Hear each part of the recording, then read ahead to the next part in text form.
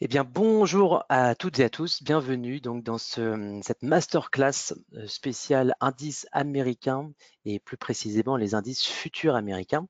Donc, je suis très heureux de vous retrouver cet après-midi, un vendredi 5 juillet à 15 heures pour vous présenter donc ce sujet. Et donc, nous avons la chance d'être accompagnés par un des formateurs du groupe CME, en la personne d'Éric Bertrand. Donc, bonjour Éric et Bonjour, bienvenue. merci. Euh, donc Eric, bon, tu auras le temps de te présenter, mais Eric fait partie ce qu'on appelle les trainers ou les formateurs du groupe CME. Donc le CME, c'est la bourse de Chicago qui propose donc des produits financiers, des produits dérivés comme les futurs. En tout cas, chez Self Invest, nous, on propose les futurs américains. Donc, on passe par le CME pour faire notamment des indices boursiers, produits que la plupart des investisseurs négocient quand ils veulent traiter sur les futurs. Et donc, on se focalise aujourd'hui sur les indices boursiers. Donc, nous faisons appel à un des spécialistes en la matière, donc, qui est Éric Bertrand. Donc, Éric, toi, tu as ce que j'ai vu 40 ans d'expérience sur les marchés. Tu as travaillé entre autres chez Euronext et tu as il y a quelques années travaillé sur le marché des options avec le MONEP.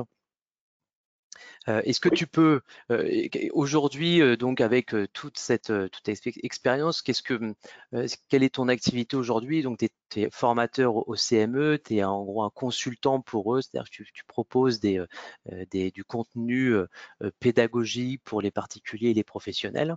Est-ce que c'est quoi ton activité?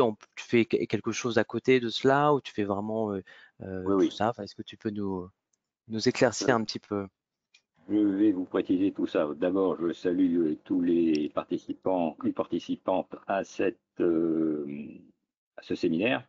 Je suis ravi d'avoir été invité par Self Invest pour m'adresser à vous aujourd'hui. Juste en quelques mots, mon parcours pour que vous sachiez un petit peu quels sont mes credentials, comme on dit aux États-Unis, concernant le sujet. Effectivement, comme on vient de le dire, j'ai un peu plus de 40 ans d'expérience des marchés financiers. Grosso modo, en chiffres très ronds, on va dire 10 ans dans les sociétés de bourse, ça c'était des années 80-90, enfin toutes les années 80, on va dire. Et puis à partir des années 90, je suis passé chez, alors au départ c'était la SBF, la Société des Bourses Françaises, l'ancêtre de Euronext, et puis ensuite Euronext, où j'ai fait le reste de ma carrière. Raphaël a mentionné une expérience avec le MONEP. Je suis l'un des pères fondateurs officiels, l'un des pères fondateurs véritablement officiels du MONEP en 1987. J'ai été le directeur commercial pendant 5 ans, j'ai été le directeur commercial de la Bourse de Paris pendant 5 ans, administrateur du MONEP pendant 11 ans, j'ai été market maker sur options pendant des années, j'ai dirigé dans les années 80 ce qui était à l'époque le deuxième plus gros broker en France sur les produits dérivés, derrière Exane et en bisbille avec il s'appelait Stéphane Ravier Staff. Voilà, ça remonte à assez loin. J'ai enseigné pendant 11 ans la théorie des options en doctorat à Dauphine. Voilà, mais ceci étant, depuis maintenant 20 ans, je fais du conseil aux bourses, essentiellement aux bourses étrangères. Donc je ne travaille quasiment que pour des clients étrangers. J'ai fait ça pendant 15 ans chez Euronext et j'ai quitté Euronext en 2018. J'ai monté ma propre structure, une toute petite PME, moi, qui fait la même chose, c'est-à-dire qui continue à faire du conseil aux bourses étrangères.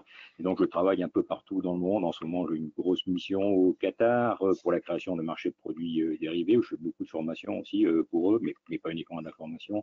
J'ai des missions en Ukraine, des missions à droite, des missions à gauche, dans un peu tous les pays du monde, mais enfin, quand même plutôt dans les pays, on va dire, émergents, parce que ce sont surtout ces pays-là qui ont besoin de monter des bourses ou de créer des produits dérivés ou de moderniser leur système informatique ou ceci ou cela.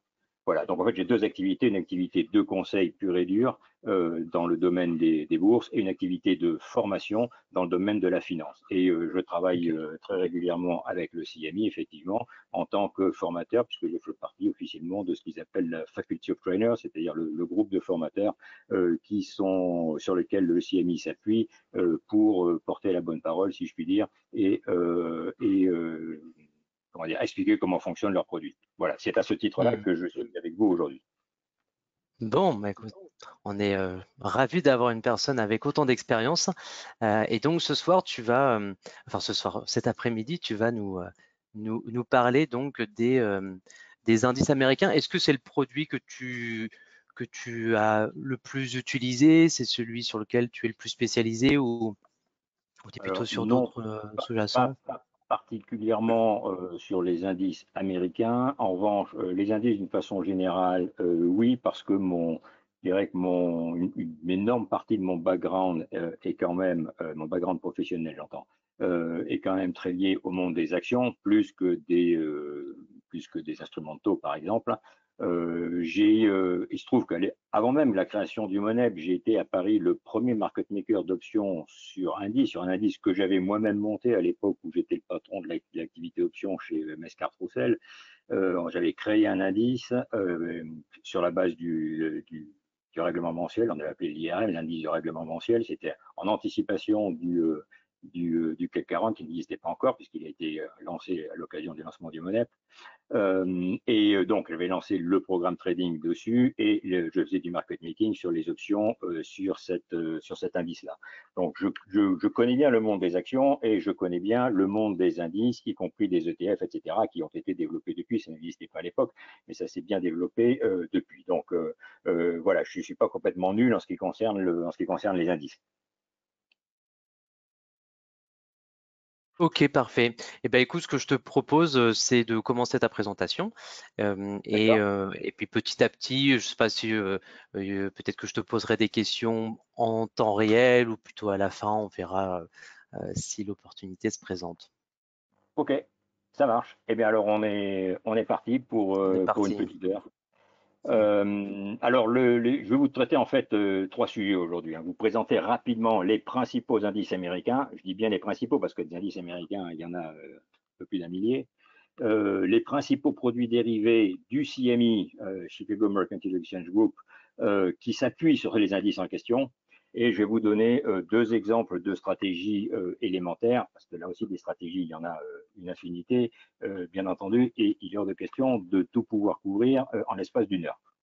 Voilà le programme tel qu'il se présente. Alors, on va commencer tout de suite avec les indices, donc les principaux indices américains. Alors, ce qu'il faut bien comprendre, c'est que je vous ai présenté ici, sous la forme de ces trois pavés colorés, une espèce d'entonnoir, hein. On part d'un univers qui est l'univers des titres cotés aux États-Unis. Il y a un peu plus de 6000 titres cotés aux États-Unis qui, comme vous le savez, sont cotés sur un très grand nombre de marchés, les deux principaux étant bien entendu le New York Stock Exchange et le Nasdaq, mais il y en a une palanquée d'autres.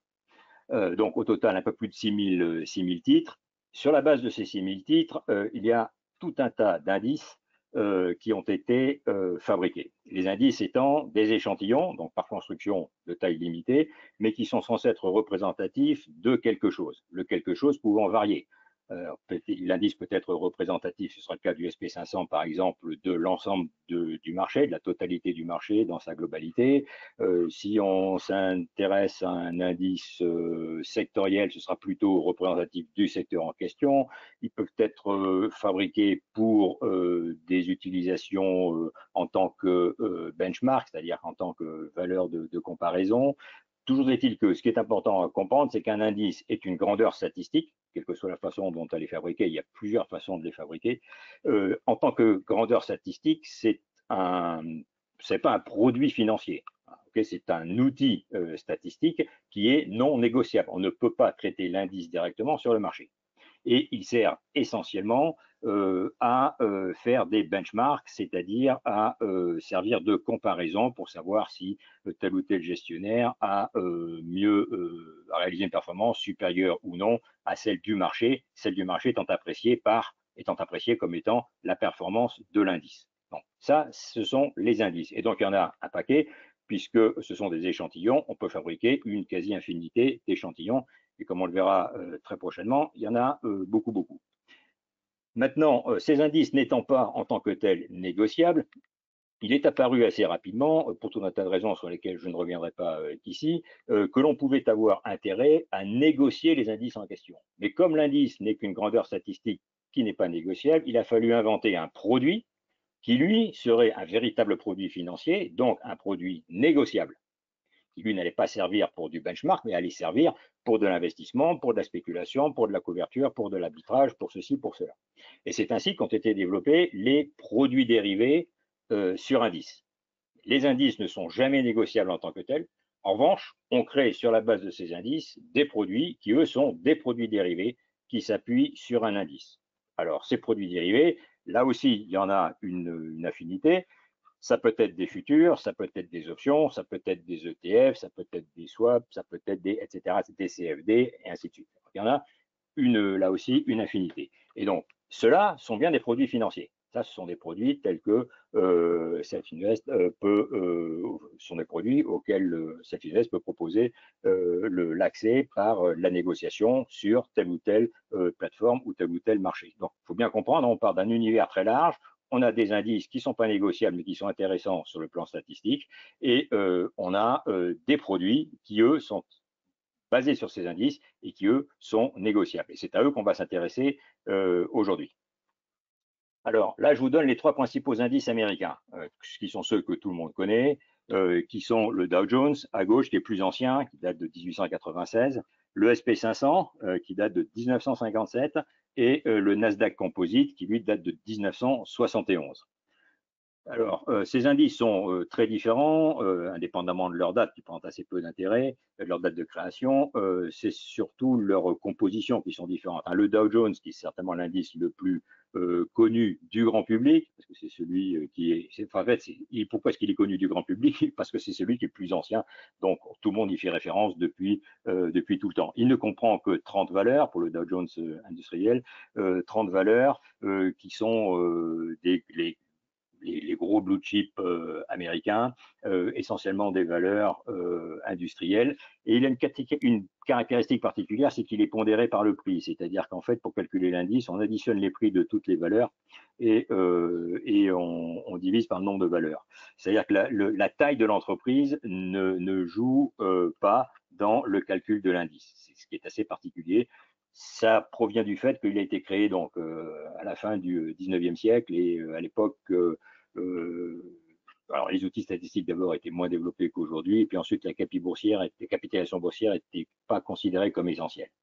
L'indice sur lequel on va surtout se concentrer aujourd'hui, c'est le SP 500, qui lui comprend 503 valeurs, contrairement à ce qu'on pourrait croire, et non pas 500. Il faut savoir que le Nasdaq 100 en comprend 101, donc il faut se méfier du chiffre qui suit les lettres. Enfin bref, mettons 500 valeurs. Lui, il est pondéré par la capitalisation boursière. Il représente à peu près 80-85% de la capitalisation boursière américaine. Et lui, c'est véritablement l'indice phare, c'est la norme, c'est celui qui représente l'évolution du marché dans sa globalité.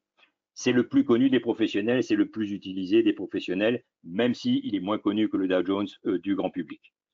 Le troisième indice dont je vais vous parler, le Nasdaq Composite, qui lui est aussi très connu, je dirais très utilisé et très connu des professionnels, parce que, alors lui comprend 2500 valeurs, donc vous voyez, 5 fois plus que le SP 500. Il est aussi pondéré par la capitalisation boursière et il a une composante technologique très importante, plus importante que celle du SP 500.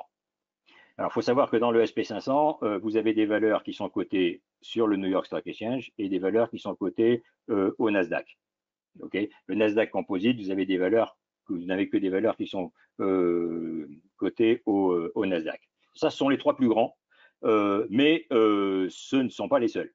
Alors, je vous en ai cité quelques-uns dessous, notamment des indices encore plus importants en nombre de valeurs. Vous avez le Wilshire 5000 qui contient 5000 valeurs. Donc là, vous avez non seulement les grandes valeurs que tout le monde connaît, mais aussi des tas de petites valeurs. ce qu'on appellerait en France des ETI, des entreprises de taille intermédiaire. Enfin, ça ne va pas jusqu'au PME, hein, mais enfin, ça va quand même assez bas dans la liste. Vous avez le Nasdaq 100 qui est très, très utilisé, qui est une espèce de sous-ensemble du Nasdaq Composite. Et puis vous en avez un bon millier d'autres en comptant tous les indices sectoriels, en comptant tous les comment dire, toutes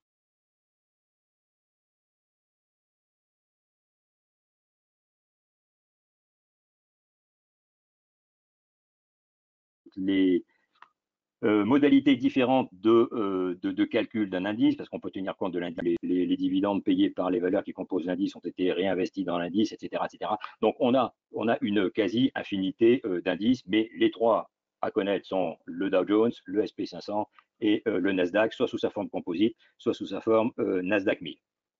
Maintenant, si votre passion, ce sont les petites valeurs américaines, vous ne trouverez pas votre bonheur ni dans le Dow Jones, ni dans le SP500, ni dans le Nasdaq Composite. Il faudra plutôt s'intéresser au Russell 3000 ou Wilshire 5000 qui font une part bien plus importante aux valeurs de taille intermédiaire.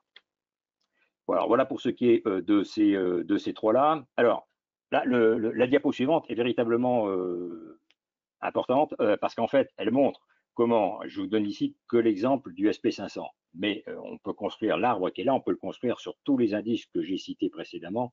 Elle vous montre qu'il existe véritablement un monde de possibilités en matière de produits dérivés, puisque vous avez un produit de base, l'indice, en l'occurrence l'exemple du SP500. Et comme vous voyez sur ce SP500, tout ce qui est marqué en bleu, ensuite, ce sont des produits dérivés. Donc, vous pouvez avoir des futurs, vous pouvez avoir des options, vous pouvez avoir des ETF, vous pouvez avoir des varants. Vous pouvez avoir encore d'autres choses que je n'ai pas citées là-dessus. Okay, donc la première ligne, c'est celle des dérivés de premier rang. Mais vous pouvez aussi avoir des dérivés de deuxième rang. Vous voyez, comme vous le voyez sur la gauche de la diapo, vous avez des options sur les futurs au CMI. C'est ce dont je vous parlerai dans le reste de la présentation. Okay, si vous regardez la troisième colonne, vous avez des options sur des ETF. Okay, donc on a des dérivés sur des dérivés. Okay, les options sur les ETF sont des dérivés sur des dérivés. Les options sur les futurs sont des dérivés sur des dérivés. Alors, ce qui est intéressant, c'est que si vous regardez les trois premières colonnes verticales, vous avez en fait trois marchés différents.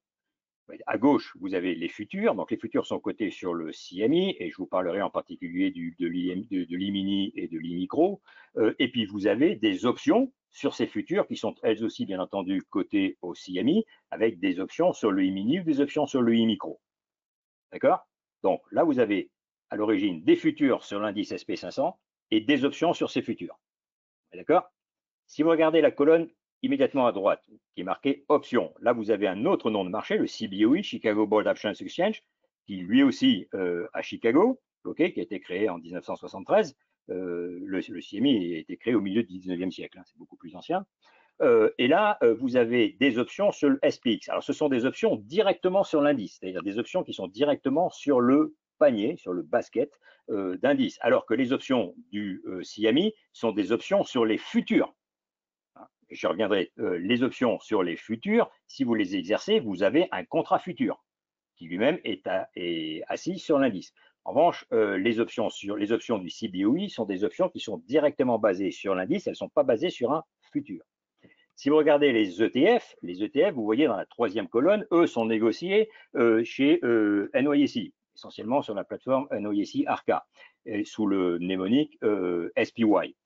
Extrêmement liquide et un produit qui a été très successful, comme on dit en français, qui a connu un très grand succès. Et il existe aussi, toujours sur la même plateforme, toujours au New York Stock Exchange, des options sur ces ETF. Vous avez aussi des varants dont je ne vous parlerai pas. Ce qu'il faut savoir, c'est que les contrats IMINI, dont on va parler aujourd'hui, qui sont des contrats CME, Chicago Mercantile Exchange, et les ETF SPY, les ETF sur l'indice, sont les deux produits les plus traités sur le marché américain. Donc, ce sont des produits d'une liquidité absolument gigantesque, okay, qui sont très intéressants l'un comme l'autre. Ils ont des avantages, ils ont des inconvénients. Sur lesquels je ne reviens pas là tout de suite. Ce qu'il faut savoir aussi, c'est que le IMINI lui-même est le contrat futur le plus traité au monde, okay, en tant que contrat individuel. Okay. Donc, vous avez vraiment deux gigantesques contrats, le E-mini et le SPY, le E-mini étant le plus important des deux. Mais ce qui est important de comprendre, c'est que, comme je vous disais tout à l'heure, sur la base d'un indice, on peut fabriquer une quasi-infinité de produits dérivés et chacun des indices que j'évoquais tout à l'heure dispose d'un arbre qui est similaire à celui que je viens de vous montrer. Donc, il y a véritablement énormément de possibilités. Ceci étant, dans la mesure où j'interviens au nom du CMI, je vais me concentrer sur la partie gauche de cette colonne, enfin la colonne de gauche, avec les futurs du CMI et les options du CMI. Je me devais néanmoins de vous indiquer qu'il y a d'autres produits qui sont disponibles et qui sont liquides, et notamment le SPY. Voilà pour celui-là. Alors, ensuite, le SP500. Maintenant, je vais surtout vous parler du SP500. Alors, le SP500, là, vous avez une représentation graphique du SP500. Je vous rappelle que le SP500 a été créé en 1957. Ceci étant, on peut faire remonter ces cours bien avant. Alors là, vous avez un graphique qui, vous voyez, remonte en fait à 1900. OK, parce qu'il a été reconstitué antérieurement. Alors, si vous regardez cette courbe-là, alors c'est un graphique évidemment sur une échelle logarithmique. Si vous regardez cette courbe-là, vous vous dites qu'il y a une stratégie et une seule qui est intéressante, mais ça ne va pas plaire à Self-Invest. C'est évidemment le buy and hold. Vous achetez l'indice puis vous attendez que ça tombe. Puisque comme vous pouvez voir sur toute cette période-là, l'indice a essentiellement monté. Alors, ceci étant, le graphique est un peu trompeur et vous allez voir pourquoi. Parce que je vais vous montrer le même graphique dans 2 secondes, le même graphique, mais ajusté du taux d'inflation. Là, c'était le graphique en termes nominaux, ok, et voilà le même graphique en termes réels. Alors évidemment, ça monte. Donc la stratégie buy and hold n'est évidemment pas stupide. Ceci étant, comme vous pouvez le voir, il y a quand même 3 périodes compliquées. La première période, c'est évidemment ce qui suit la crise de 29. La crise de 29, c'est la grosse descente là de 600 à 100 et des brouettes, ok, à gauche du graphique. Et vous voyez en fait que pendant 30 ans, on a une première période très compliquée jusqu'au début des années 50, c'est-à-dire jusqu'à la fin, un peu après la fin de la Deuxième Guerre mondiale. Donc là, pendant cette période-là, gagner de l'argent n'était pas très très simple. Ok, ça c'est la première période. La deuxième période, vous allez la trouver au milieu entre 1950 et 2000, c'est en fait les années 70. Là aussi, on a un très beau train de baissier. Ça démarre avec la crise du pétrole, c'est lié en partie à la décision de Nixon en août 71 de mettre fin à la convertibilité du dollar en or, etc. Et là, on a encore une période très compliquée. Ensuite, on a un magnifique bull market jusqu'à l'éclatement de la bulle dot-com dans les années 2000. Comme vous pouvez le voir sur le graphique. Et là, on a de nouveau une période compliquée qui va durer grosso modo 10 ans avec la crise de 2008 qui suit ensuite, 2008-2010. Et depuis, un marché qui n'arrête pas de monter et qui est de nouveau très, très, très, très positif. Okay, enfin, vous voyez qu'il y a quand même une énorme différence entre ce graphique, dès que vous tenez compte de l'inflation, entre ce graphique et le graphique précédent, qui lui était quasiment la première bisectrice du graphique, une droite à 45 degrés, avec des petits accidents, mais rien de bien méchant, une fois que la crise de 29 est passée. Donc le deuxième graphique est plus intéressant et montre que la stratégie de buy and hold, c'est pas forcément aussi intéressant que cela pouvait paraître sur la base du premier graphique. OK. Alors, maintenant, quelques infos sur l'indice aujourd'hui et l'importance des valeurs technologiques, parce que il y a là un sujet de débat que vous pouvez trouver dans la presse financière quasiment quotidiennement. Il faut savoir qu'aujourd'hui, Nvidia, Apple et Microsoft, AL3, à fin juin 84, représentent un peu plus de 20% du SP500, ce qui est énorme. Okay, Donc, ces valeurs sont largement surreprésentées. Hein. Vous savez qu'on l'appelle le club des 3000, c'est-à-dire les trois sociétés, Nvidia, Apple et Microsoft, qui ont une capitalisation boursière qui dépasse les 3000 milliards de dollars, c'est-à-dire le montant de la dette publique française. Chacune représente le montant de la dette publique française. Donc, à L3, on a une capitalisation boursière qui est proche des 10 000 milliards de dollars. Il faut savoir que cette capitalisation boursière pour ces trois sociétés, c'était seulement 500 milliards de dollars en 2010. Donc, entre 2010 et juin 2024, la capitalisation boursière de ces trois sociétés a été multipliée par 20, ce qui est absolument colossal. Et ce qui n'était jamais arrivé dans l'histoire de l'indice. Aujourd'hui, le SP500 dans sa globalité, ça représente à peu près 44 000 milliards, 44 000 milliards de dollars, dont, je vous dis, 10 000 milliards pour les trois valeurs en question. Et si vous regardez ce qu'on appelle les 7 magnifiques que vous connaissez, c'est-à-dire les GAFAM plus Tesla et Nvidia, il faut savoir que si vous retirez ces valeurs-là, au deuxième trimestre 2024, le SP500 aurait fini en baisse. Or, comme vous le savez, tous les jours, il affiche de nouveaux records. Il affiche de nouveaux records essentiellement grâce aux 7 magnifiques et en particulier à Nvidia. Mais on a quand même un problème. On a un indice qui est censé représenter la totalité du marché américain, 500 valeurs, et en fait, on voit bien qu'il est complètement drivé par trois valeurs, enfin par 7 valeurs essentiellement, dont 3 de manière absolument colossale. Et alors, le cas de Nvidia, lui, le cas de Nvidia tout seul, une fois qu'on élimine les 6 autres parmi les 7 magnifiques, est quand même assez intéressant. Bon, d'abord, c'est une capitalisation boursière qui représente à peu près 1,3 fois celle de la totalité du CAC 40, ce qui n'est quand même pas rien. Enfin, c'est vrai aussi pour Apple et c'est vrai pour Microsoft. Hein. Mais si vous regardez la progression, c'est surtout la progression de cette valeur qui est absolument phénoménale. Elle a été introduite en bourse en 99. Elle valait 1000 milliards. Elle avait une capi de 1000 milliards en juin 2023, 2000 milliards en février 2024, 3000 milliards en juin 2024. On se demande où ça va. OK. Et depuis le 30 novembre 2022, c'est-à-dire depuis le lancement de ChatGPT, elle a progressé de 700%. Apparemment, ça n'a pas l'air d'être terminé. Ceci étant, on peut quand même sérieusement se poser la question que j'ai inscrite en bas à droite.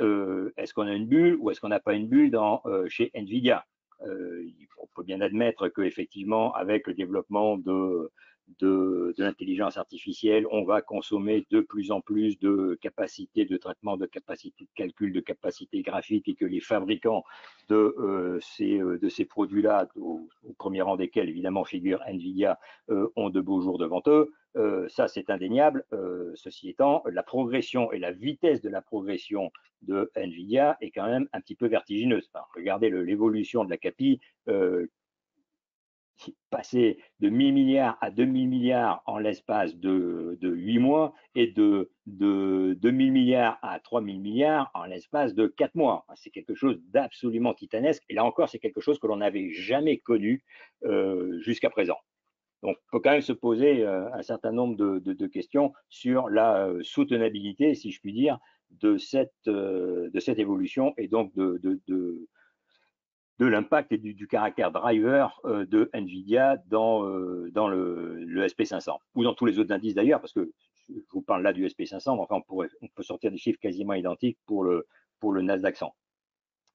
Voilà, donc voilà cet aspect-là. Alors, je voudrais vous montrer un graphique qui est intéressant, qui est le PE Schiller. Alors, je ne sais pas si c'est quelque chose que vous connaissez. Alors, tout le monde, je pense que tout le monde sait ce que c'est que le Price Earning Ratio, mais le PE Schiller, c'est un PE qui est calculé, alors, on appelle aussi le ratio CAP, ça veut dire Cyclical Adjusted Price Earning Ratio, qui est calculé de manière différente. Il est calculé en divisant le prix par l'earning moyen sur 10 ans en moyenne mobile, si vous voulez, et non pas sur les earnings de l'année. D'accord? Et là, ce qu'on constate quand on regarde ce graphique, qui est quand même assez amusant, c'est que ce ratio de Shiller calculé tel que je viens de l'évoquer, il a été il a été supérieur à 30 uniquement 6 fois en 153 ans.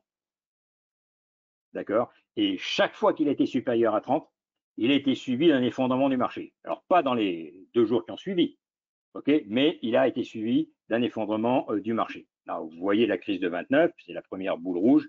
Les boules rouges, c'est moi qui les ai rajoutées à la main. Le deuxième rond rouge, c'est évidemment le dot-com bubble.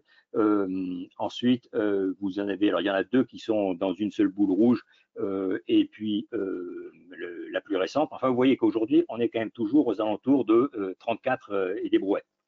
Donc, on reste à un niveau extrêmement élevé. Alors, ça ne veut pas dire que le marché va s'effondrer demain. Enfin, ça veut quand même dire qu'on est dans une zone, très risquée, ou en tout cas une zone qui historiquement s'est avérée extrêmement risquée. Donc, quelles que soient vos perspectives sur le marché, gardez à l'esprit quand même que si vous vous intéressez à ce ratio-là, on est quand même dans ce que j'appellerais une zone de risque élevé pour toutes les stratégies qui sont des stratégies haussières. Il faut encore, si vous faites du day trading, si vous avez un horizon de gestion très court, vous préoccupez pas du PE de Schiller. En revanche, si vous gérez vos actifs financiers pour préparer votre retraite, méfiez-vous quand même, il n'est pas exclu qu'il y ait un retournement de marché. Voilà, ça c'était le côté SP500. Je vous montre des graphiques à peu près similaires pour le Nasdaq Composite. Alors là, il n'a pas été reconstitué, donc il est depuis l'origine, c'est-à-dire 1971 jusqu'à nos jours. Donc évidemment, il n'y a pas la crise de 29, donc on voit très bien le bull market, alors qu'il a sur les valeurs plus technologiques a démarré avant 80. Je vous rappelle que le bull market sur les valeurs traditionnelles, ça a démarré en 82. C'est le moment où moi je suis rentré sur les marchés. Moi, j'ai démarré ma carrière professionnelle en 1982 et c'était le début de ce qu'on a appelé à l'époque le 5-year bull market jusqu'au crash de 87, qui était un crash important et le premier crash dans lequel le premier crash dans lequel les dérivés ont joué un rôle majeur. Bon, donc là, à partir de, vous voyez, au milieu des années 70, on a quand il y a un trend haussier qui reste quasiment ininterrompu jusqu'à l'éclatement de la dot-com bubble en 2000. Le marché de nouveau affecté fin des années 2000 par la crise de 2008 et puis depuis on est bien reparti. Là encore, c'est le Nasdaq Composite en termes nominaux. Voici la même courbe que en termes réels, c'est-à-dire compte tenu de l'inflation. Elle n'est pas énormément différente de la précédente, enfin elle est quand même un peu plus heurtée. Et d'abord, vous voyez que la crise à l'origine, début des années 70 est quand même beaucoup plus violente une fois qu'on tient compte de l'inflation. Je vous rappelle que dans ces années-là, on a une inflation qui monte à 15%. Donc, pour arriver à faire des performances hors inflation, enfin inflation retirée, qui soient positives, il faut quand même que l'indice performe beaucoup. Évidemment, la chute en 2000 est beaucoup plus importante. On a cette période 2000-2010 qui n'est pas super brillante. On remonte un peu, mais on repère tout avec la crise financière de 2008 et depuis, en revanche, on a une performance qui est beaucoup plus sympa, mais on a l'accident récent. Bon, voilà ce que ça donne sur le Nasdaq. Vous voyez que c'est moins, enfin c'est pas moins heurté que le SP500 parce qu'en fait mais si c'est un peu moins heurté que le SP500 quand même. Pourquoi? Parce que, comme vous le savez, dans le Nasdaq Composite, vous avez quand même des valeurs technologiques qui jouent un plus grand rôle et les valeurs technologiques au cours des 20, 40, 30, 40 dernières années ont quand même bien progressé et en moyenne mieux progressé, plus progressé que les valeurs industrielles dont certaines ont connu de graves déboires. Voilà pourquoi cet indice est quand même un peu moins heurté que le SP500. Si vous vous intéressez à l'aspect fondamental de la performance de l'indice, quel que soit le modèle que vous retenez, de toute façon, ça revient toujours à quelque chose qui ressemble au modèle de Gordon Shapiro, hein, qui vous dit que le prix d'un actif financier, enfin, d'une action ou d'un indice, c'est le ratio du premier dividende par la différence entre R-G, R étant le taux d'intérêt, si vous voulez, en tout cas le taux d'actualisation que retient l'investisseur, essentiellement fondé sur le taux d'intérêt, et G, le taux de croissance des dividendes ou le taux de croissance de l'économie, si vous prenez une vision plus globale. Il y a des modèles plus compliqués, mais de toute façon, le plus compliqué ne fait que rajouter ou bidouiller ce modèle-là. Alors, en termes de facteurs macroéconomiques, ben, évidemment, les points importants, c'est ce qui va influer sur D1 et G, et ça, c'est la croissance économique et la productivité. C'est ce qui fait que les bénéfices des entreprises vont augmenter, c'est ce qui fait qu'elles vont distribuer davantage de dividendes. L'autre gros facteur, c'est le taux d'intérêt, c'est le petit r au dénominateur. Donc, comme chacun sait, chaque fois que le taux d'intérêt monte, le prix des actions baisse. Ça, c'est mécanique, c'est mathématique, puisqu'on divise par un nombre plus élevé. Donc, évidemment, ça fait baisser le cours des actifs financiers. Vous avez l'inflation, vous avez le taux de change. Il y en a d'autres, mais ce sont les 4 principaux facteurs macroéconomiques. À côté de ça, vous avez des facteurs liés au marché. Le sentiment de marché étant certainement le plus important avec le bénéfice par action. Mais le bénéfice par action, c'est lui-même une traduction microéconomique, si je puis dire, de la croissance économique et de la productivité qu'on a évoqué en tant que facteur macroéconomique. Le sentiment de marché, en revanche, c'est quelque chose qui est très difficile à caractériser parce que, comme vous le savez très certainement, le sentiment de marché, ça peut changer du jour au lendemain, ça peut être affecté, affecté par des éléments totalement, difficiles à prédire. D'un seul coup, les gens peuvent être pessimistes. Il suffit d'une élection qui donne des résultats qui ne sont pas exactement ceux qui sont attendus, et on est bien placé en France pour le savoir, et vous avez un sentiment de marché qui devient pessimiste, puis qui au bout d'une semaine devient moins pessimiste, et puis qui pourrait redevenir pessimiste lundi. Enfin bref, on a un peu de mal à anticiper cet élément-là. Les bénéfices par action, on les anticipe un peu mieux. Les corporate actions, là aussi. Les facteurs géopolitiques, là je pense à des histoires comme la guerre entre la Russie et l'Ukraine, comme nos problèmes à Gaza. Là, ils sont difficiles à prévoir. C'est ce qui fait qu'on a un marché et qu'on a des titres qui montent et des titres qui baissent. Mais enfin bon, in fine, tout peut être quand même résumé à cette notion de D divisé par R-G. Chaque fois que les taux d'intérêt grimpent, les choses ne sont pas bonnes. Chaque fois que G, le taux de croissance diminue ou la productivité diminue, les choses ne sont pas très bonnes. Comme vous le savez, on est quand même depuis très longtemps sur un train de diminution de la productivité, de diminution des taux de croissance. Donc on a R-G qui a tendance à baisser.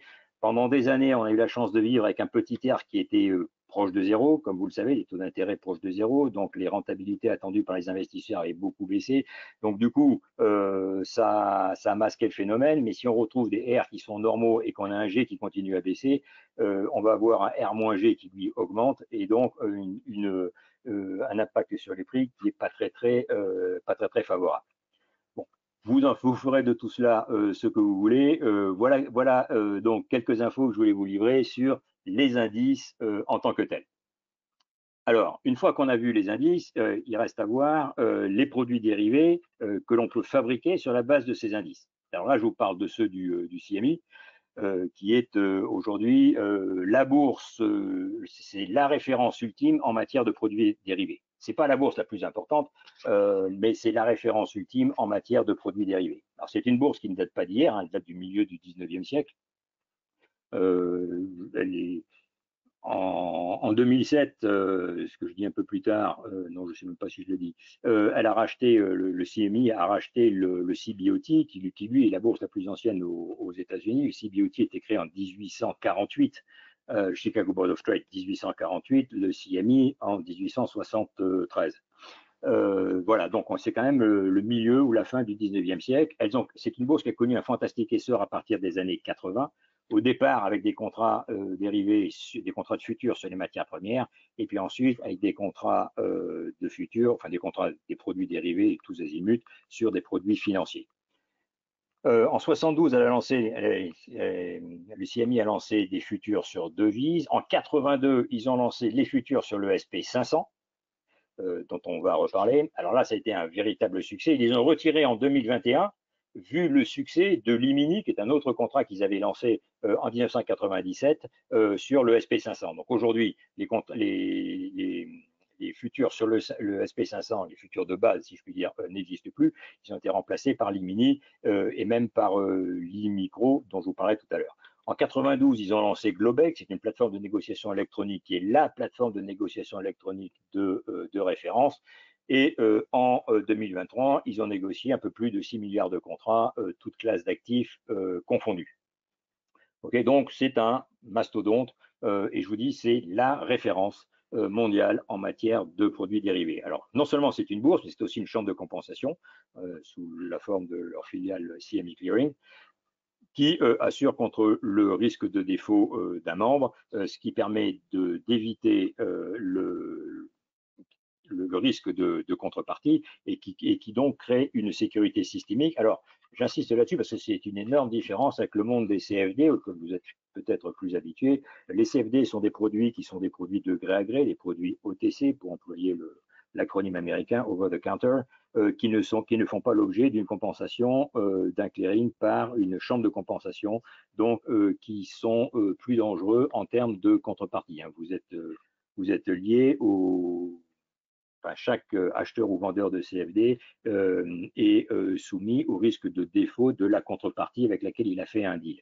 Ce qui n'est pas le cas quand vous traitez des produits futurs, parce que entre vous, que vous soyez acheteur ou vendeur, ça ne change rien. Entre vous et votre contrepartie, il y a la chambre de compensation qui s'interpose et qui viendra assurer les obligations de votre contrepartie dans le cas qui peut arriver, même si ce n'est pas très fréquent, dans le cas où cette contrepartie serait incapable de faire face à ses obligations.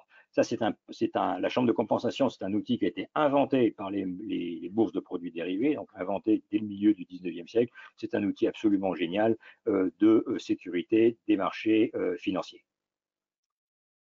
Alors, je ne sais pas quel est votre degré de familiarité avec les futurs. Je vais aller assez vite là-dessus, mais s'il faut que je revienne dessus, je ferai un plaisir de le refaire dans le cadre des questions.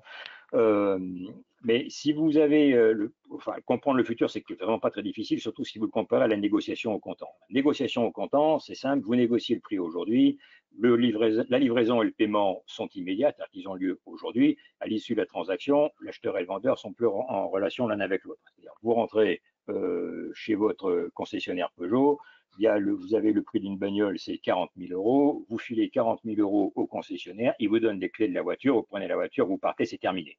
Donc le prix, vous l'avez négocié ou pas aujourd'hui, la livraison de la voiture, c'est aujourd'hui, le paiement, c'est aujourd'hui. Une fois que vous prenez la voiture, vous quittez le garage, vous n'avez plus rien à voir avec le concessionnaire.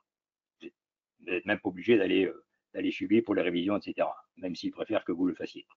Ok, ça c'est de la négociation au comptant. Négociation d'un contrat futur, c'est un peu différent. Vous négociez le prix aujourd'hui, il est d'ailleurs légèrement différent du prix qu'on a évoqué au-dessus. En revanche, la livraison et le paiement auront lieu à une date future et au prix qui a été négocié aujourd'hui.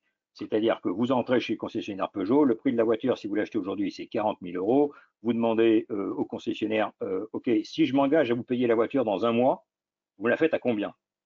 Le gars vous dit, ben, je vous la fais à 42 000 euros. Vous dites, OK, ça marche, deal, je l'achète. Ça veut dire quoi? Ça veut dire que le concessionnaire vous file un papier et vous quittez la concession avec un papier, pas avec la voiture. Hein. Okay, le papier dit que vous avez l'obligation, dans un mois, de filer 42 000 euros au concessionnaire et lui, il a l'obligation, dans un mois, contre le paiement des 40 000 euros, de vous donner la voiture. Ça, c'est un contrat futur. Le papier que vous avez dans votre poche quand vous quittez la concession, c'est un contrat futur. Vous n'avez rien payé aujourd'hui, rien donné au gars, vous ne lui avez pas donné un rond. Okay, il ne vous a pas donné les clés de la voiture, il vous a donné un papier et il a le double du papier. D'accord? Ce papier, c'est un contrat futur. D'ailleurs, ça s'appelle un contrat futur, comme vous le savez, parce que c'est un contrat. C'est un contrat qui est porteur d'une obligation, d'un engagement, et ces engagements sont symétriques. C'est-à-dire que vous avez l'obligation de revenir dans un mois et de verser 42 000 euros pour acheter la voiture, et lui, il a l'obligation dans un mois de vous vendre la voiture en question, okay, qui doit être prête le jour prévu par le contrat, donc dans un mois. D'accord? Donc les deux engagements sont symétriques. Vous avez l'obligation d'acheter, parce que vous êtes acheteur du futur, et lui, il a l'obligation de vendre la voiture, parce qu'il est vendeur du futur. D'accord? Donc le futur, c'est un engagement d'acheter, pour l'acheteur, ou de vendre pour le vendeur, un produit donné, à une date donnée, et à un prix donné. Vous vous rappelez que dans notre exemple, alors que vous auriez pu acheter la voiture pour 40 000 euros au comptant, vous allez la payer 42 000 dans un mois. Vous avez négocié les 42 000. D'accord? Donc, vous êtes accordé avec le vendeur pour décaler la livraison et le paiement à une date ultérieure, dans mon exemple, dans un mois. Après, vous êtes accordé sur un prix qui est lié à la date retenue. Et ce prix, c'est 42 000. D'accord? Remarque très importante, le prix varie en fonction de la date de livraison. Si vous lui avez posé la question, au lieu de lui dire combien vous me faites la voiture si je m'engage aujourd'hui à vous l'acheter dans un mois, si au lieu de se poser cette question-là, vous lui aviez posé la question combien vous me faites la voiture si au lieu de la payer aujourd'hui, je m'engage aujourd'hui à l'acheter dans 6 mois, il ne vous aurait pas dit 42 000, il vous aurait probablement dit 45 000 ou 46 000 ou 47 000, probablement plus cher. D'accord? Donc ça, c'est le contrat futur par opposition à la négociation au comptant. Donc, c'est un engagement sur une période. Et alors, les deux parties sont liées l'une à l'autre pendant la durée de vie du contrat. Là, dans mon exemple sur la voiture, c'était un mois. D'accord? Mais ça veut dire que dans un mois, si vous ne venez pas pour payer la voiture comme vous vous êtes engagé, le vendeur, il est le bec dans l'eau. De même que si vous vous pointez dans un mois avec les 42 000 euros, mais que le vendeur n'a plus la voiture, c'est vous qui êtes le bec dans l'eau. D'accord? Et c'est là que justement la chambre de compensation ou la CCP, CCP ça veut dire Central Counterparty, c'est l'acronyme généralement employé, ou chambre de compensation, c'est exactement la même chose. C'est là qu'elle intervient. En fait, elle remplit les obligations de la partie qui fait défaut à la place de la partie qui fait défaut. Ce qui fait qu'on a un règlement livraison sans défaut. Imaginez qu'il y ait une chambre de compensation entre vous et le concessionnaire Peugeot, ça veut dire quoi? Ça veut dire que si, dans un mois, vous n'êtes pas capable de verser les 42 000 euros à Peugeot, Peugeot s'en fout, parce que la chambre de compensation va lui verser les 42 000 euros et lui va livrer sa voiture. Si vous arrivez, vous, avec vos 42 000 euros pour acheter la voiture, mais que le concessionnaire Peugeot a fermé ses portes, vous vous en foutez aussi, parce qu'en fait, la chambre de compensation va vous livrer la voiture que Peugeot aurait dû vous livrer. C'est là qu'est la force de la CCP, qui est absolument colossale. Donc, on a bien un engagement, et cet engagement doit être tenu. Quand vous achetez un futur, vous vous engagez à payer le prix de l'actif sous-jacent à la date convenue. Si vous vendez un futur, vous vous engagez à livrer le produit à la date convenue contre le paiement du prix convenu. Alors, c'est un engagement aussi sur une période donnée.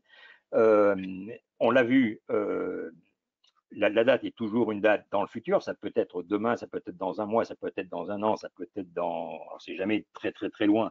Enfin bon, ça peut être. Il y a certaines options qui sont des options à 4 ans, donc ça peut être des dates assez loin dans le futur. Ce qui est important, c'est que le contrat futur ou le contrat d'option d'ailleurs a toujours une durée de vie limitée.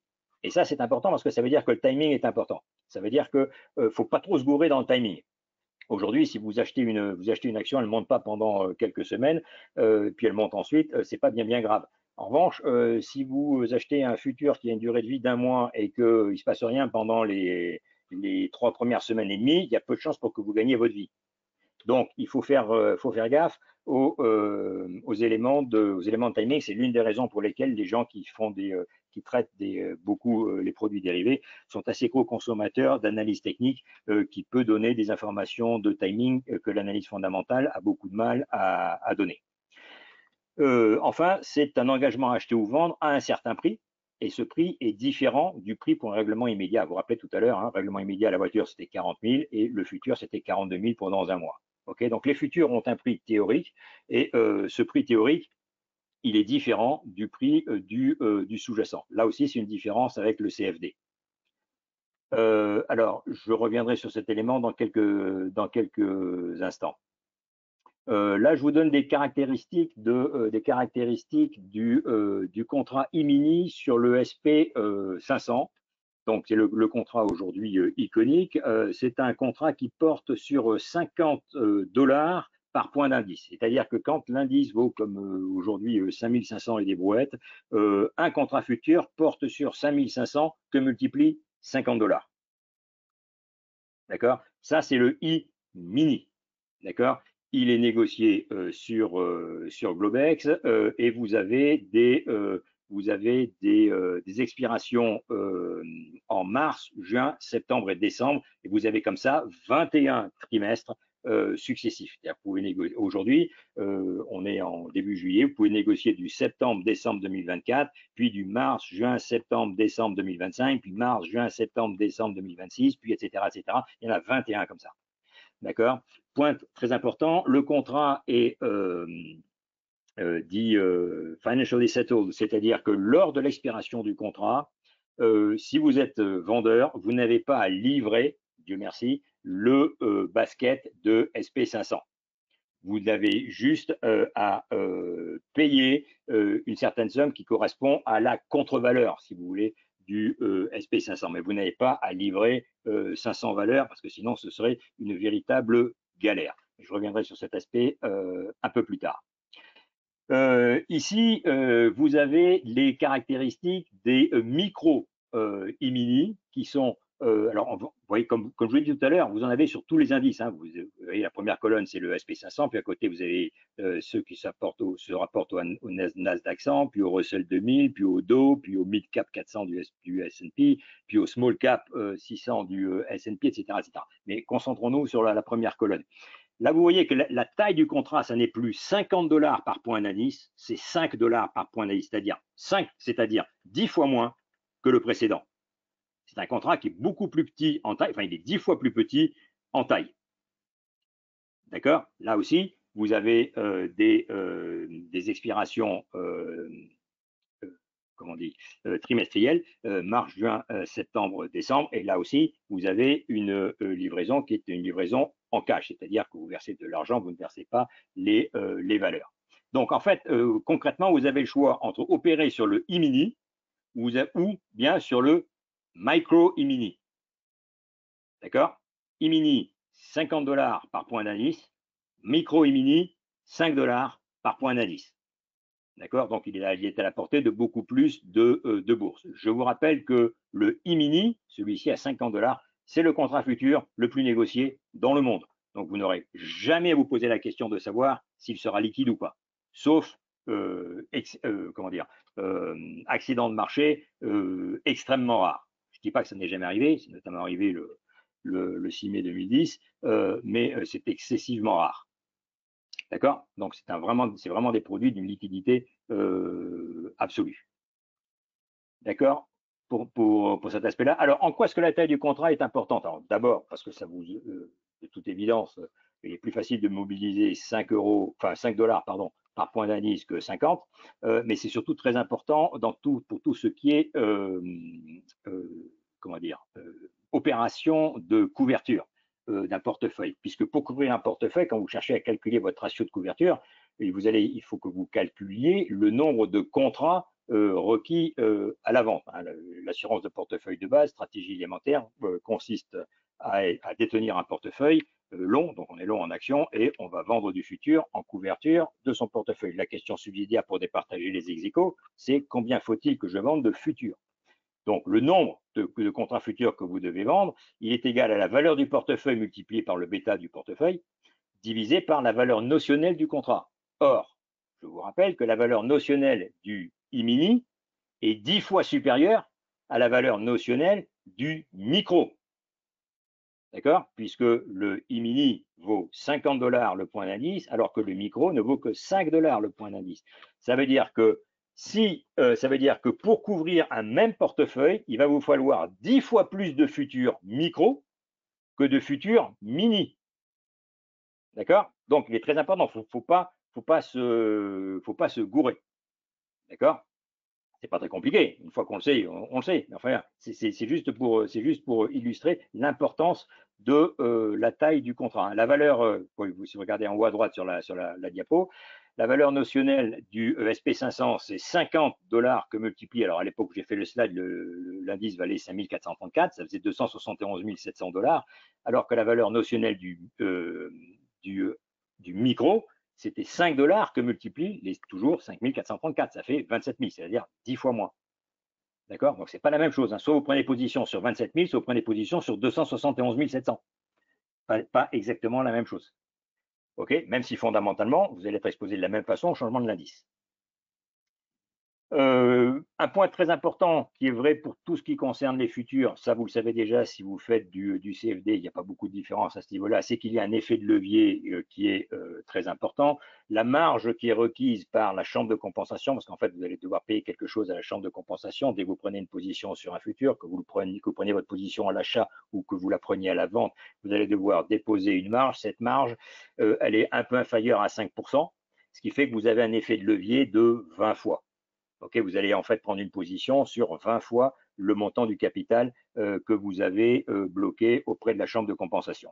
Donc cet effet de levier rend la spéculation beaucoup plus rentable quand elle est gagnante, évidemment, il la rend beaucoup plus coûteuse quand elle est perdante, et rend la couverture beaucoup plus efficace puisque vous avez un meilleur rendement de l'assurance, et c'est là tout l'intérêt des produits dérivés. Donc, en moyenne, la marge requise est de l'ordre de 5%, est un peu inférieure à 5%, et donc l'effet de levier est de l'ordre de 20, 22, 23 dans ces eaux-là. C'est un effet de levier auquel tout le monde a droit, puisque c'est là, il n'y a pas de, il y a aucune, comment dire, euh, aucune condition d'obtention. Le prix des futurs, je vous dis tout à l'heure, le prix des futurs est différent du prix du sous-jacent. Pas forcément obligé de vous bassiner vraiment avec ces trucs-là. Il faut savoir que d'une façon générale, le prix des futurs est en général légèrement plus élevé que le prix de l'actif sous-jacent, que le prix du spot. En fait, le prix du futur, c'est égal au prix du sous-jacent plus le coût de portage. Si vous revenez à mon exemple de la voiture de tout à l'heure, vous vous rappelez, vous pouviez acheter la voiture tout de suite au comptant pour 40 000 euros. Quand vous avez posé la question à Peugeot, vous lui avez dit combien vous me faites la voiture si je m'engage aujourd'hui à l'acheter dans un mois. Il réfléchit 2 secondes et vous a dit je vous la fais à 42 000. Qu'est-ce qu'il a fait dans sa tête? Il a fait spot 40 000 plus quel est mon coût de portage sur un mois? C'est 2 000, donc je lui fais un prix à 42 000. Dans sa tête, ce qu'il a fait, c'est exactement ce que vous avez sur la diapo. Il a fait spot 40 000 plus coût de portage 2 000. Donc il a évalué très rapidement son coût de portage sur un mois à 2 000. Okay. Ce coût de portage, il a diverses composantes. Je ne vais pas rentrer dedans maintenant parce que sinon on n'en finit pas. Il est plus ou moins élevé selon les périodes. Il peut même être négatif dans un certain nombre de cas. Là, j'avais préparé le slide en question, la diapo en question, le vendredi 14 juin, donc il y a, je sais plus quand, quelques semaines. À l'époque, le SP500, vous voyez, était à 5425 et vous aviez le micro échéance juin, c'est-à-dire échéance une semaine plus tard, qui était à 5437. Donc, vous voyez, il valait 12 $ de plus. Et celui qui était à échéance en septembre valait 5502. Donc, environ 80 $ de plus. Comme vous voyez, dans les deux cas, le prix du futur était supérieur au prix du cash. 5437, c'est plus grand que 5425 et 5702, c'est encore plus grand que 5425. Donc, la plupart du temps, on est dans cette configuration-là. C'est celle qui est représentée à gauche sur le graphique de gauche. Vous avez le prix du futur qui est supérieur au prix du spot.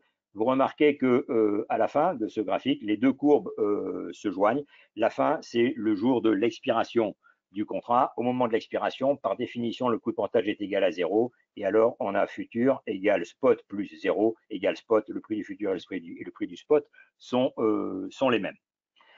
Il existe néanmoins des situations dans lesquelles le prix du futur est inférieur au prix du spot. Ça peut arriver, c'est même arrivé assez fréquemment pendant les quelques années pendant lesquelles les taux d'intérêt étaient très bas, parce qu'en fait, il se peut que le coût de portage soit négatif. Alors, quand on a un futur qui vaut moins que le prix du spot, c'est en général que le coût de portage est négatif, c'est-à-dire qu'en fait, on a un actif financier qui nous génère plus de revenus qu'il ne nous en coûte en termes d'intérêt. Ce qui peut arriver quand vous avez des taux d'intérêt qui sont à 0, donc le coût de financement est nul, et en revanche, le panier de valeur vous rapporte un dividende. Donc, habituellement, en temps normal, dans un marché normal, vous avez, je dis n'importe quoi, un taux d'intérêt à 5%. Donc, détenir un portefeuille pendant un an, ça vous coûte 5% de la valeur du portefeuille. Et votre portefeuille vous rapporte 2% de dividendes. Le coût de portage, c'est 5 moins 2 égale 3. C'est un coût de portage positif. En revanche, dans certains cas, vous avez un coût de financement qui est de 0 et vous avez quand même toujours vos 2% de dividendes. Là, à ce moment-là, votre coût de portage, c'est 0 moins 2%, ça fait moins 2%. Vous avez un coût de portage qui est négatif et là, vous avez un prix du spot qui est supérieur au prix des futurs. Ce n'est pas la situation la plus courante, il faut savoir que ça peut arriver. Le point qui est vachement sexy et à la fois intéressant mais aussi compliqué, c'est qu'en fait, jusqu'à l'expiration, à l'expiration, on est sûr que le prix du futur est égal au prix du spot. Entre-temps, le prix du futur, il peut passer au-dessus du prix du spot, il peut passer en dessous du prix du spot, et l'écart entre les deux, c'est ce qu'on appelle la base. Vous avez peut-être entendu parler du risque de base et de la gestion du risque de base, qui sont des éléments sur lesquels je n'ai pas le temps de m'étendre aujourd'hui. Mais il faut savoir que ça, c'est une spécificité des futurs. Les futurs ont un prix différent du prix du spot. Okay, et il évolue, normalement, il évolue comme le prix du spot, mais on peut avoir des surprises, ce qui fait que, comme je l'ai mis en titre de cette slide, tout est possible. C'est ce qui fait à la fois la beauté, mais aussi la complexité du futur. Je vous ai dit que l'expiration était un moment clé de la vie du futur. À l'expiration, il faut prendre un certain nombre de décisions. Alors, il faut d'abord savoir, si vous regardez la colonne de droite, que les gens qui utilisent les contrats futurs vont très rarement à l'expiration. Il y a moins de 5% des contrats qui vont jusqu'à l'expiration. Okay, à l'expiration, il faut liquider la position. Okay, et donc, on va avoir un flux monétaire, soit un crédit, soit un débit, en fonction des gains ou des pertes de la position. Mais très peu de gens vont à l'expiration, surtout sur les contrats qui sont comment dire, financially settled, qui sont réglés en cash. Alors, avant l'expiration, vous avez deux possibilités. Soit vous fermez votre position, ce qui est la solution la plus courante, c'est-à-dire vous avez acheté un futur échéance dans un mois, au bout de 3 semaines, vous revendez le futur. Ou bien vous avez ouvert votre position en vendant le futur, au bout de 3 semaines, vous le rachetez, si possible en ayant fait un profit. Donc vous avez fermé la position en prenant une position inverse à la position initiale. Très simple. Ou bien alors, vous roulez la position, c'est-à-dire que vous aviez pris une position sur un futur échéance septembre, par exemple, et puis vers début septembre, donc ça va être fin septembre, et vers début septembre, vous décidez de rouler votre position sur l'échéance de décembre. C'est-à-dire qu'en fait, vous allez fermer la position initiale et en ouvrir une nouvelle sur l'échéance suivante. D'accord? Donc ça, là aussi, là, vous avez une différence donc avec le CFD. Les CFD n'ont pas d'expiration. En revanche, les futurs en ont une. Donc, avant la date d'expiration, il faut faire quelque chose. Soit on ferme la position, soit on la roule. Et si on n'a fait ni l'une ni l'autre, on va devoir, c'est pas on va devoir, la position va être liquidée par la chambre de compensation au moment de l'expiration. Et là, il y aura matérialisation d'un gain ou d'une perte. OK. Je vous l'ai dit tout à l'heure, j'ai utilisé l'expression le CMI, et en l'occurrence la chambre de compensation du CMI, va vous demander des marges. Et là aussi, il y a une différence éventuelle avec les CFD. Il y a une marge initiale qui est le montant minimal qui est requis pour ouvrir une position sur les futurs, qui est de l'ordre, je vous l'ai dit, de 5%, sachant que votre broker peut exiger davantage de votre part. Et puis, il y a la marge courante qui est le montant minimal qui doit être constamment présent sur le compte pour chaque position ouverte. Je vous donne les deux montants ici. Pour le e-micro, c'est 1180 $ par contrat. Pour le mini, c'est évidemment 10 fois ça, puisque je vous rappelle que le mini, c'est 10 micros. Donc, c'est 11 800 $ par contrat. Ces positions ouvertes, les positions ouvertes sont constamment scrutées par la chambre de compensation. Elles font l'objet d'une réévaluation 2 fois par jour. Je pense que vous connaissez tous l'expression mark to market, qui consiste à réévaluer les positions en permanence. Et donc, on ajuste les comptes par des débits ou des crédits. On les ajuste des cash flows correspondants. Et si la valeur du compte devient inférieure à la marge courante, c'est le deuxième point que j'évoquais tout à l'heure, il y a un appel de marge, c'est-à-dire le client doit rajouter des fonds sur le compte. C'est l'une des raisons pour lesquelles les brokers, en général, demandent un matelas pour démarrer, de façon à ne pas avoir à courir derrière leurs clients en permanence en leur disant, tiens, il faut que tu me renvoies 5 000 € ou 5 000 $ pour couvrir l'appel de marge, parce que ça, c'est absolument infernal. Je vous rappelle qu'en cas de non-couverture, la chambre de compensation va liquider la position, c'est-à-dire que là, vous allez devoir payer la perte. Voilà pour le fonctionnement. J'ai été un peu rapide, mais bon, ça fait déjà pas loin d'1 heure qu'on a démarré. Donc, je voudrais quand même vous dire 2 mots des stratégies, alors vraiment les plus élémentaires qu'on puisse mettre en œuvre avec les futurs. La première, c'est la vente de futurs en couverture. Alors pourquoi je commence par celle-là? Parce qu'en fait, c'est ce pourquoi les futurs ont été inventés. Les futurs ont été inventés comme des instruments de gestion du risque et donc essentiellement des des moyens de se protéger, soit contre la hausse des prix, soit contre la baisse des prix. Sachant qu'il y a des tas de gens qui doivent se protéger contre la hausse des prix, ce sont les gens qui sont acheteurs en permanence. Et ceux qui doivent se protéger contre la baisse des prix sont les gens qui sont vendeurs en permanence ou bien les gens qui ont des actifs en position longue, ce qui est le cas de tous les investisseurs institutionnels et ce qui est le cas d'une énorme majorité des investisseurs particuliers. Donc là, je prends un exemple tout bête. Si vous avez un portefeuille de 100 000 $ en valeur américaine diversifiée, donc un peu comme le SP 500, imaginons que vous ayez un bêta de 1, c'est-à-dire votre portefeuille évolue grosso modo comme le SP 500. Si le bêta n'était pas de 1, il faudrait tenir compte de sa valeur, mais ça ne change rien au principe. Et puis, donc vous avez ce portefeuille long, vous avez 100 000 $ en valeur américaine, et vous craignez un décrochage de l'indice pour telle et telle raison, donc vous cherchez à vous protéger. Vous pouvez par exemple vendre 2 MES. Alors le MES, c'est le micro e-mini. Okay, c'est son mnémonique sur le CMI, c'est MES. ES, c'est le mini et MES, c'est le micro, donc c'est le petit. Okay, le jour où j'ai écrit la diapo en question, l'indice valait, enfin vous aviez des MES qui valaient 5415. Donc vous montez, vous en vendez 2, ça vous fait ouvrir une position courte pour une valeur notionnelle de 2, parce que vous vendez 2 contrats, que multiplie 5 $, qui est le multiplicateur du micro, que multiplie 5415, ça fait 54 150 $. Donc vous avez ouvert une position courte sur une valeur notionnelle de 54 000 $ en chiffre rond, sachant que vous avez un portefeuille qui vaut 100 000 $. Ça veut dire quoi? Ça veut dire que vous avez couvert un peu plus de la moitié de votre portefeuille. D'accord? Ça vous a coûté combien? Vous avez dû bloquer combien d'argent? On n'est pas bloqué les 50 150. Vous avez les 54 150. Vous avez bloqué en fait 2 360 $. D'où proviennent-ils ces 2 360 $? Eh bien, c'est 2 fois, parce que vous avez vendu 2 contrats, 2 fois 1180. 1180, c'est la marge qui est requise par contrat par le CMI. Donc, pour pouvoir ouvrir une position sur 2 contrats, il faut bloquer au prix du CMI 2 fois 1180 $. C'est-à-dire que vous avez dû bloquer 2 360 $, ce qui vous permet de prendre une position courte sur 54 150 $. On est d'accord? Maintenant, imaginez qu'effectivement, je vous rappelle que vous avez fait ça parce que vous craignez un décrochage de l'indice. Imaginez que l'indice, effectivement, plonge de 5% dans les jours qui viennent. Comme votre portefeuille vaut 100 000 $, que l'indice baisse de 5%, que votre portefeuille évolue comme l'indice, votre portefeuille va perdre à 5%, c'est-à-dire que vous allez perdre 5 000 $ sur le portefeuille de valeur américaine. Ça, c'est sur la partie cash. Votre portefeuille qui valait 100 000 $ ne vaudra plus que 95 000 $. En revanche, vous allez gagner environ 2 700 $ sur les contrats vendus.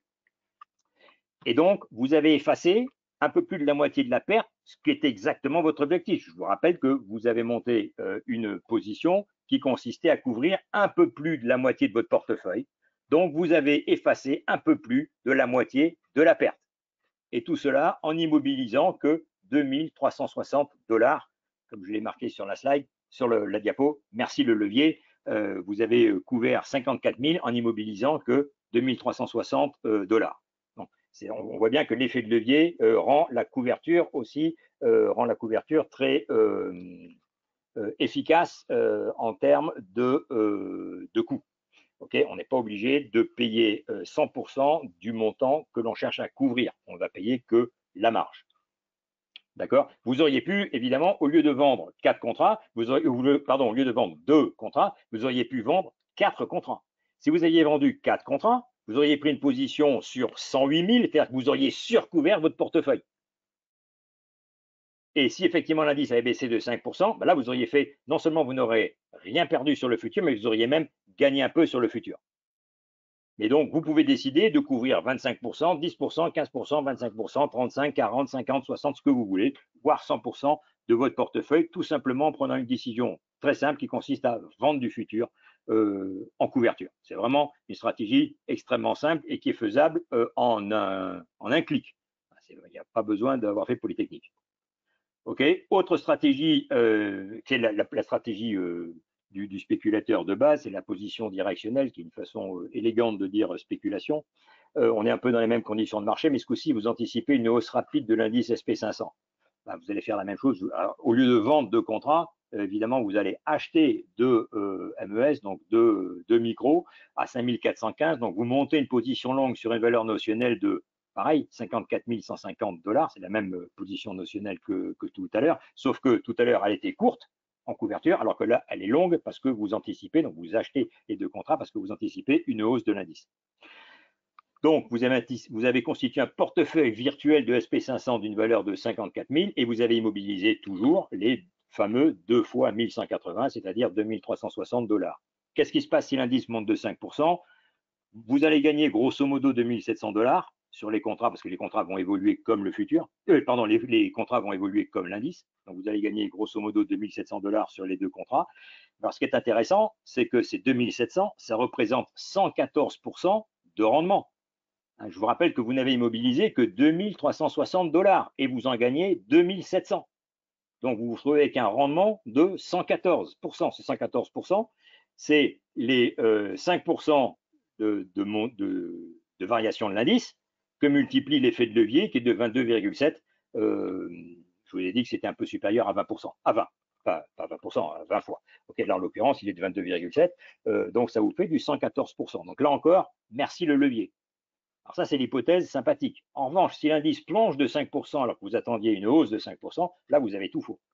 Parce que là, vous allez perdre environ les 2700 que vous auriez gagné s'il était monté. OK, mais les 2700, ça va être largement supérieur à la marge courante que vous avez. Je vous rappelle que la marge courante, c'est 2360. Or là, vous êtes sur une perte potentielle de 2700.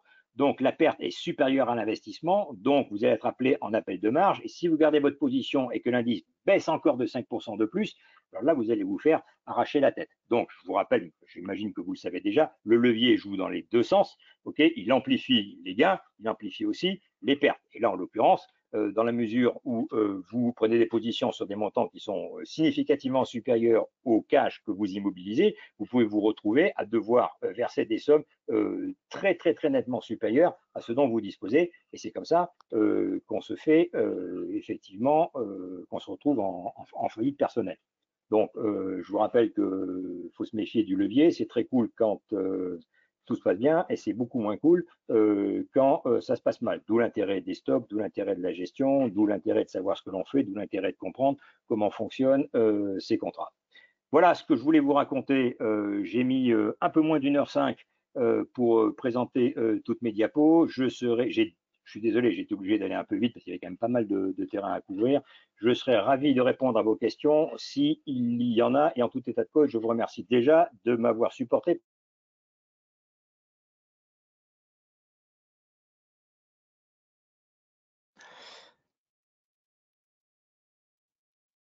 Bien, merci Eric.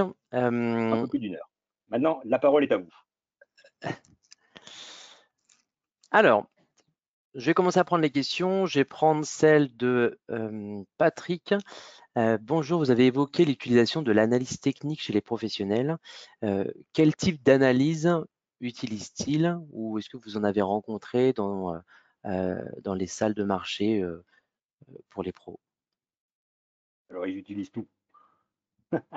Là, là, je ne sais pas très bien comment répondre à votre question parce que il y a de tout. Alors d'abord, il y a ceux qui n'utilisent pas l'analyse technique parce que, comme vous le savez, l'analyse technique ne fait pas l'unanimité.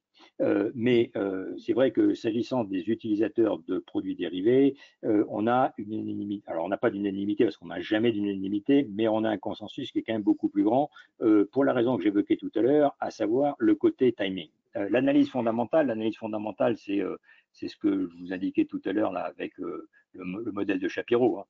Et donc tout ce que je vous remontre à l'écran là. Ok, c'est très bien, ça peut vous indiquer une variation de prix, ça peut vous dire si R bouge comme ceci ou si G bouge comme cela. Voilà grosso modo comment mon indice peut bouger, mais ça vous donne zéro indication, absolument zéro indication sur le timing. Or, le timing est important pour les produits dérivés.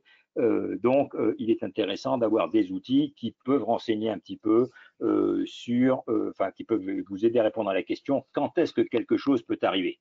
Quelle est la probabilité que quelque chose arrive rapidement ou bien au contraire arrive plus longtemps? Est-ce que je peux avoir des objectifs de variation que l'analyse fondamentale ne vous donnera jamais? Donc, qu'est-ce qu'ils vont utiliser? Ils vont utiliser tout ce qui est moyenne mobile, tout ce qui est graphique, tout ce qui est candlestick japonais. Ils vont utiliser tous les indicateurs genre les bandes de Bollinger, genre le RSI. Ils vont utiliser la théorie d'Elliott si ce sont des fans de la théorie d'Elliott. Ils vont utiliser des graphiques point croix s'ils font ça.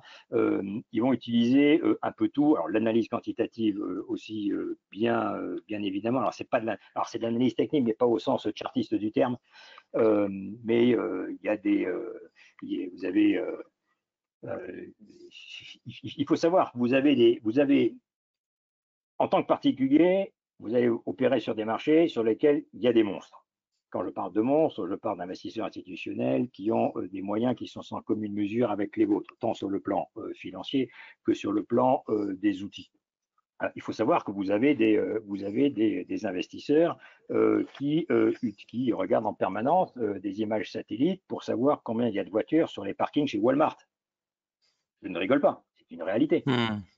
Okay, et donc, plus on voit de voitures sur les parkings de Walmart, plus on se dit il y a de clients chez Walmart, donc plus probablement il y a de dépenses, donc plus il y a de revenus chez Walmart, donc les résultats de Walmart risquent de monter.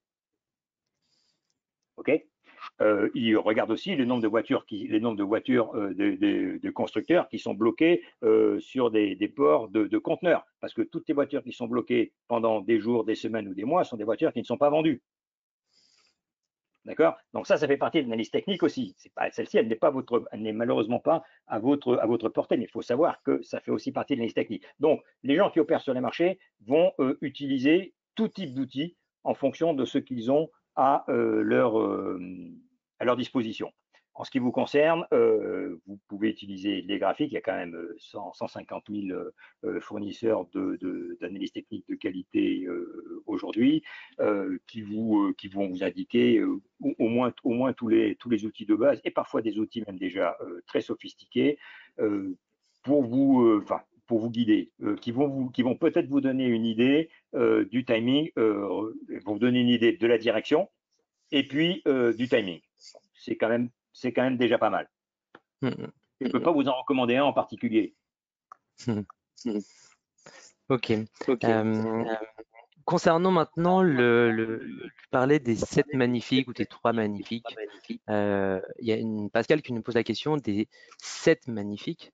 Est-ce que tu sais combien de pourcentage ils représentent sur le S&P 500 ou sur le Nasdaq?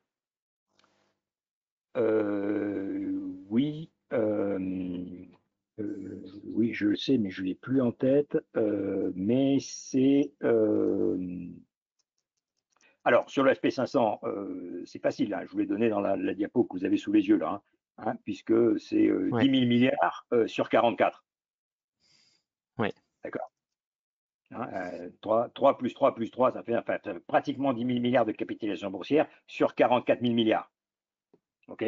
Donc 10 sur 44, 10 sur 44 à vue de nez, ça fait dans les 22%, 22-23%, ce qui est gigantesque. Ce qui est absolument gigantesque. Alors sur le Nasdaq, notamment sur le Nasdaq 100, c'est un peu plus petit parce que le Nasdaq 100, bien que pondéré par la capitalisation boursière, ils se sont rendus compte de l'énorme surreprésentation des valeurs en question, donc ils bidouillent. Enfin, ils bidouillent. Bidouiller, c'est un terme péjoratif, donc je n'aurais pas dû l'utiliser. Ils ajustent, voilà, terme plus adéquat. Ils ajustent de façon à ce que ces valeurs ne pèsent pas trop. Mais elles pèsent quand même, elles doivent quand même peser entre 15 et 20%. Donc c'est absolument énorme. C'est absolument énorme. Et je crois que, alors je ne suis pas sûr de moi, mais je crois que quasiment jamais dans l'histoire des indices, on a connu une surreprésentation d'un aussi petit nombre de valeurs, qui sont plus toutes du même secteur. C'est surtout ça là. Qu'on ait un Exxon qui soit gigantesque avec un je vais dire un Walmart par exemple et puis un je sais pas quoi moi à la grande époque un General Motors. Ok, mais c'était 3 valeurs industrielles de secteurs complètement différents. Là, en revanche, on a une concentration sur l'intelligence artificielle, le soft, le cloud computing, etc. On a vraiment l'impression qu'il n'y a plus que ça dans l'indice. Et Ouais, là, c'est et vrai. là, ça devrait quand même commencer à poser problème. Mm. Alors, on est bien d'accord sur le fait que ces secteurs-là sont des secteurs en devenir. Enfin, a priori, tout le monde le pense. Je ne suis pas suffisamment spécialiste pour pouvoir affirmer une telle idée. Je pense que c'était effectivement vrai. Maintenant, est-ce que ça justifie qu'on ait une telle surreprésentation dans l'indice? Ça devient quand même un peu moyen. Je vous l'ai dit tout à l'heure, moi je travaille beaucoup en tant que conseil sur les bourses émergentes. Les bourses émergentes ont en général des indices qui contiennent un petit nombre de valeurs, c'est souvent 30 valeurs, okay, et il y a très souvent des surreprésentations colossales de 2 ou 3 valeurs. Okay, mais qui en général ne représentent pas beaucoup plus que ça. Or, on n'arrête pas de leur dire, vous ne pouvez pas continuer à avoir des indices comme ça, parce que si vous manipulez ces 2 ou 3 valeurs-là, vous manipulez tout l'indice. Néanmoins, on se trouve avec un indice comme le SP500 sur lesquels on a 7 valeurs qui font Mm. qui représentent une masse absolument colossale de l'indice et qui sont toutes dans le même secteur. Ouais, c'est vrai. C'est fondamentalement, c'est quand même un petit peu gênant. Mm.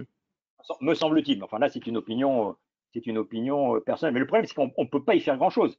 Et il se trouve que on a des indices qui ont été montés il y a longtemps, qui sont pondérés par la capitalisation boursière, et il se trouve que le marché accorde une valeur absolument phénoménale à ces valeurs-là. Donc, elles se retrouvent surreprésentées dans l'indice. Mais ça n'a jamais été conçu comme ça. C'est pas un défaut de conception. Il s'avère que, ben voilà, la capitalisation, personne ne pouvait penser que la capitalisation des 3 valeurs que j'ai évoquées allait être multipliée par 20 en l'espace de moins de 15 ans. Ouais, c'est vrai. Alors, quelle solution? C'est pas facile.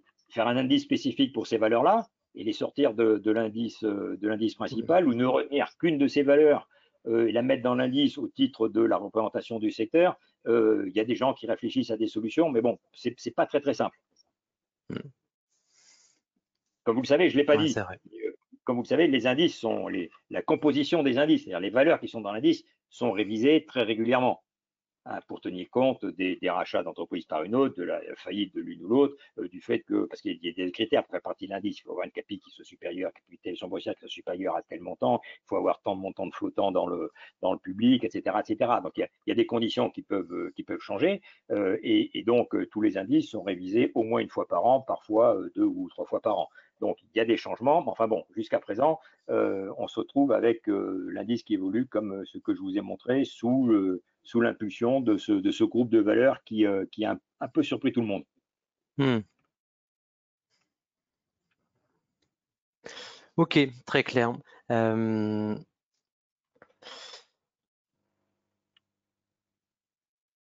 alors, quelqu'un demande si tu peux revenir sur le graphique où tu mets, comment dire, l'espèce Celui-là, de PER, voilà, celui-ci, exactement. Est-ce que tu peux réexpliquer ce fameux PE de Schiller, hein, ce ratio? oui. Habituellement, quand on calcule le price earning, donc price earning, donc c'est le prix de l'action divisé le P, prix de l'action ou de l'indice, divisé par le bénéfice par action. Donc, qui consiste à mesurer combien de fois on paye les résultats. Mhm. D'accord. Donc, quand on dit qu'une valeur a un prix, le cours est de 100, ok, elle a un bénéfice de 10, bénéfice par action de 10, ok. On fait 100 que divise 10 égale 10. Elle a un PE de 10, ça veut dire quoi? Ça veut dire qu'on paye 10 fois les résultats. D'accord? Mhm. Jusque-là, c'est clair pour tout le monde. Mhm. Alors, la question subsidiaire, c'est quand je dis que je divise le prix par le bénéfice, la question, c'est quel bénéfice je prends? Est-ce que je prends le dernier bénéfice qui a été officiellement déclaré par la société? C'est-à-dire, là, par exemple, aujourd'hui, on est en juillet 2024. Tous les résultats n'ont pas encore été publiés. Donc, le dernier bénéfice connu, c'était le dernier bénéfice qui a été publié au titre de l'exercice 2023. D'accord? Ça, c'est une possibilité. Donc, je divise le cours d'aujourd'hui par le bénéfice de 2023. Deuxième possibilité, c'est je divise le cours de maintenant par le bénéfice anticipé, estimé pour l'exercice 2024. je m'adresse aux divers bureaux d'analyse auxquels je suis abonné et je regarde combien chacun attend comme bénéfice. Je prends la moyenne de ça et je divise le cours d'aujourd'hui par ce bénéfice-là qui est bénéfice estimé 2024. Je peux faire aussi la même chose pour 2025. Je pourrais faire le cours d'aujourd'hui divisé par le bénéfice attendu pour 2025 sur la base des anticipations des analystes. D'accord? Ça, ce sont les 3 solutions les plus courantes du PE. D'accord? Donc, c'est un PE actuel. Le PE de Shiller, lui, il est différent. Le bénéfice qui est retenu, c'est la moyenne du bénéfice des 10 dernières années. D'accord? Ok. Donc, on regarde le bénéfice publié en 2023, puis en 2022, en 21, en 20, en 19, etc. Je remonte sur 10 ans, je fais la moyenne de ça, ça me donne un chiffre qui est 8,50 et je prends 100, c'est mon cours d'aujourd'hui, divisé par 8,50.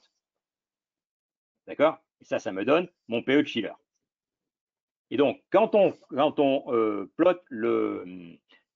établit le graphique de ce PE de Shiller sur le SP500, on obtient le graphique qui est là.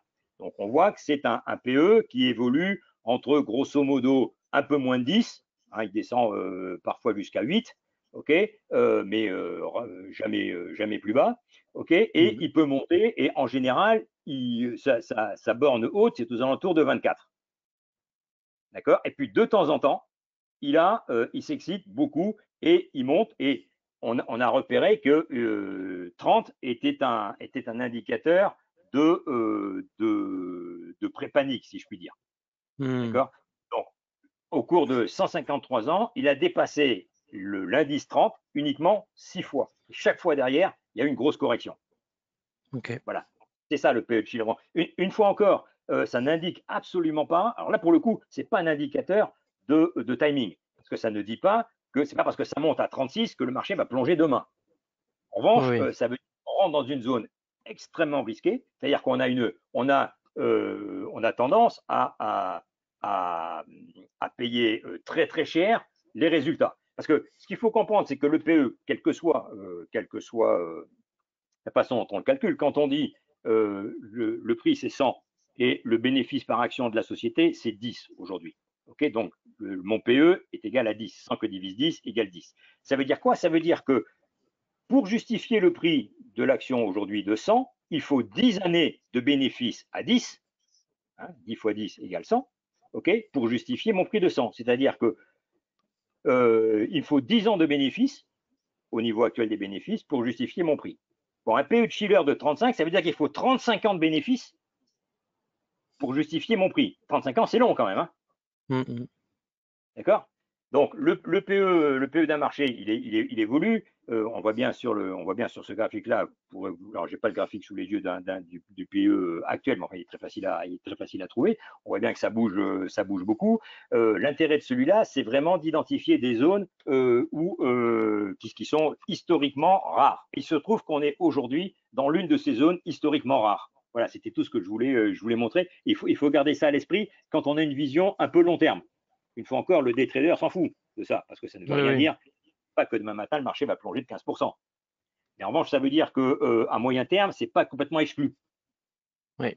Donc, si on prend des positions longues du genre buy and hold, il ne faut pas oublier d'avoir des stops, il ne faut pas oublier de se préparer à utiliser de la couverture de portefeuille en vendant du futur, comme je l'évoquais tout à l'heure, ou en achetant du put, ou peu importe. Mais voilà, il ne faut probablement pas, sur des niveaux de PE de Shiller de cette allure-là, il ne faut probablement pas dire je fous toute ma fortune sur le SP500 et puis je regarde plus ce qui se passe pendant 10 ans. Parce qu'on peut avoir une surprise désagréable. Voilà, c'était le sens de la remarque. Et comme c'est un outil qui est très suivi par les professionnels, mais qui n'est pas forcément très très connu. Donc voilà, c'est intéressant de vous le présenter.